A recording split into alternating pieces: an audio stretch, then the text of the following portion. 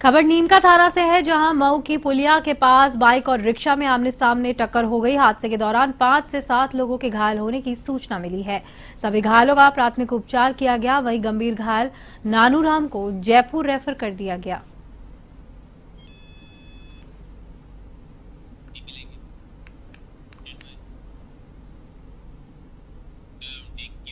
सावर उपखंड क्षेत्र के ग्राम पंचायत बाजटा में शुक्रवार को जनसुनवाई कार्यक्रम आयोजित किया गया। इस दौरान जिला कलेक्टर श्वेता चौहान ने आमजन की समस्याएं सुनकर अधिकारियों को समस्या का निस्तारण करने के निर्देश दिए।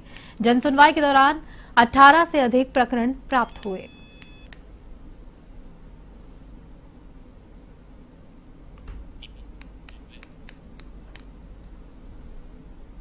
पुजारी सेवक महासंघ का प्रांतीय अधिवेशन खाटू श्याम जी स्थित जयपुर वालों की धर्मशाला में आयोजित हुआ। कार्यक्रम में उज्जैन महाकाल मंदिर के महेश पुजारी, लोहागढ़ के सूर्य मंदिर के महंत अवधेशाचार्य महाराज, पलसाना महंत मनोहर शरण शास्त्री, राजेंद्र दास महाराज समेत अनेक संत महात्माओं ने भाग लिया। अधिवेशन में पुजारियों की विभिन्न मांगों का मंथन किया गया। कार्यक्रम में पूर्व सांसद सुमेधानंद सरस्वती ने कहा कि जब तक पुजारी सेवक संगठित नहीं होंगे तब तक मांगों को पुरजोर तरीके से नहीं उठा पाएंगे। जहां पे इस दौरान महासंघ की प्रमुख 11 मांगों का संकल्प पत्र जारी किया गया। इसे सरकार से पूरा करने की मांग की गई।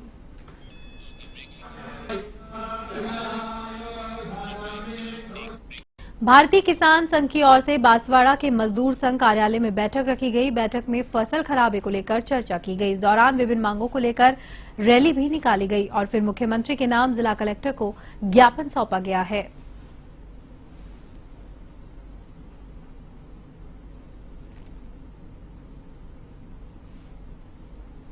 फसल में उड़द, मक्का और सोयाबीन की फसल बिल्कुल खत्म सी हो गई, जिसमें करीब 70 से 80% फसल का नुकसान हो गया है। किसान को आपदा प्रबंधन राहत दिलानी चाहिए। एक तो प्रथम मांग तो हमारी ये है, और दूसरी मांग हमारी ये है कि आने वाली जो फसल है, गेहूँ और वगैरह बोएंगे, उसके अंदर हमारे को अभी खाद और बीज के पुख्ता प्रबंध हो। इन दोनों के अभाव में किसान बहुत आहत है, और अगर इस समय रहते इस पर ध्यान नहीं दिया गया तो आने वाले समय में किसान बहुत मजबूर होकर के और आत्महत्या करने के लिए मजबूर होगा। बहुत ही दुर्भाग्य है हमारा कि भारतीय किसान संघ में आज हमारे जिला लेवल के अधिकारी ये कहते हैं कि बाढ़ नहीं आई है। भारतीय बांसवाड़ा, डूंगरपुर, प्रतापगढ़ में बाढ़ जैसी आपदा, क्योंकि पहाड़ी इलाका है, यहाँ पहाड़ी इलाकों में खेती होती है, यहाँ बाढ़ आती ही नहीं कभी। लेकिन यह अतिवृष्टि से नुकसान हुआ है और 80% तक।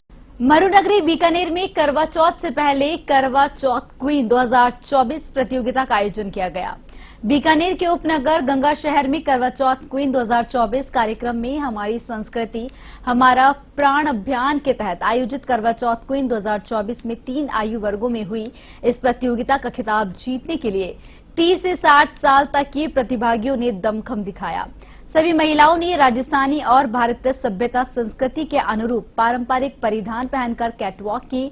गवर्नमेंट एमएस कॉलेज के प्रोफेसर डॉक्टर शशि वर्मा, जिला माहेश्वरी महिला समिति के अध्यक्ष कंचन राठी, वीआर फाउंडेशन के अध्यक्ष अर्चना सक्सेना गोयल ने निर्णायक की भूमिका निभाई। आयोजककर्ता डॉक्टर पुष्पा शर्मा ने बताया कि इस करवा चौथ महोत्सव का उद्देश्य हमारी संस्कृति को संजोए रखना है। करवा चौथ क्वीन के अलावा चूड़ा queen, traditional dressing queen, hair style queen, quiz games आदि प्रतियोगिताओं का भी आयोजन किया गया। आज बालोतरा में भी राइजिंग राजस्थान के तहत यह कार्यक्रम हुआ, जिसमें विभिन्न उद्योगों के संबंध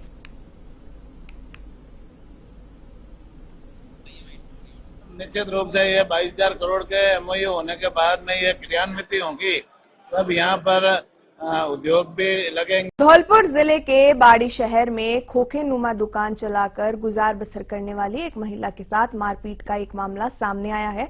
घटना में घायल हुई महिला को बाड़ी अस्पताल में भर्ती कराया गया। वहीं मामले की जानकारी कोतवाली थाने में दी गई। आरोपी युवक मोहल्ले का ही रहने वाला है, जो महिला की दुकान से उधार सामान लेता था। पूर्व की उधारी के पैसे नहीं चुकाने पर और नया सामान मांगने पर घटना सामने आई। इस अवसर और इस मामले को लेकर टाउन चौकी इंचार्ज हरिवर सिंह ने बताया कि बाई का नाक से एक बुजुर्ग महिला ने रिपोर्ट दर्ज कराई है, जिसकी जांच की जा रही है।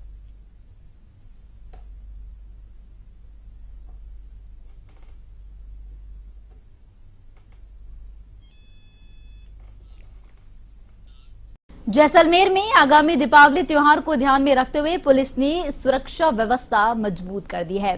शहर में यातायात नियमों का सख्ती से पालन करवाया जा रहा है।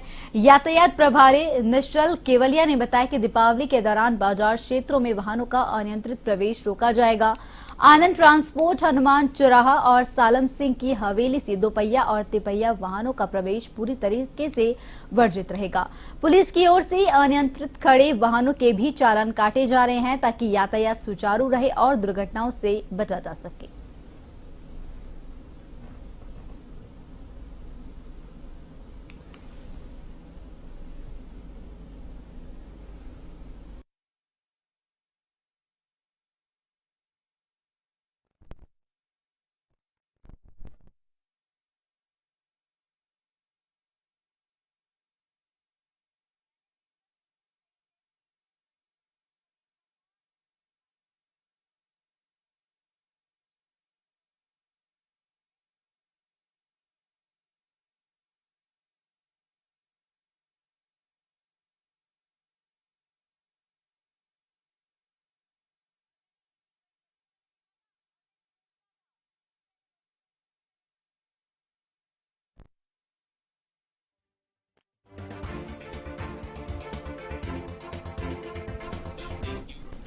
वहीं बयाना और रूपवा क्षेत्र में बहने वाली गंभीर नदी में बीते दिन एक युवक डूब गया। लापता हुए युवक का शव करीब 24 घंटे बाद सेवला हेड के पास नदी में डूबा हुआ मिला।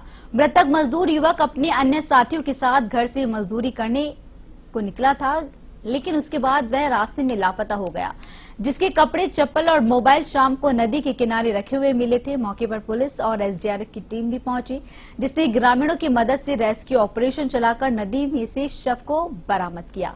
बता दें कि इस वर्ष भारी बारिश के चलते गंभीर नदी और बाणगंगा नदी में बहने और डूबने से बयाना और रूपवास क्षेत्र के करीब 20 लोगों की जान चली गई।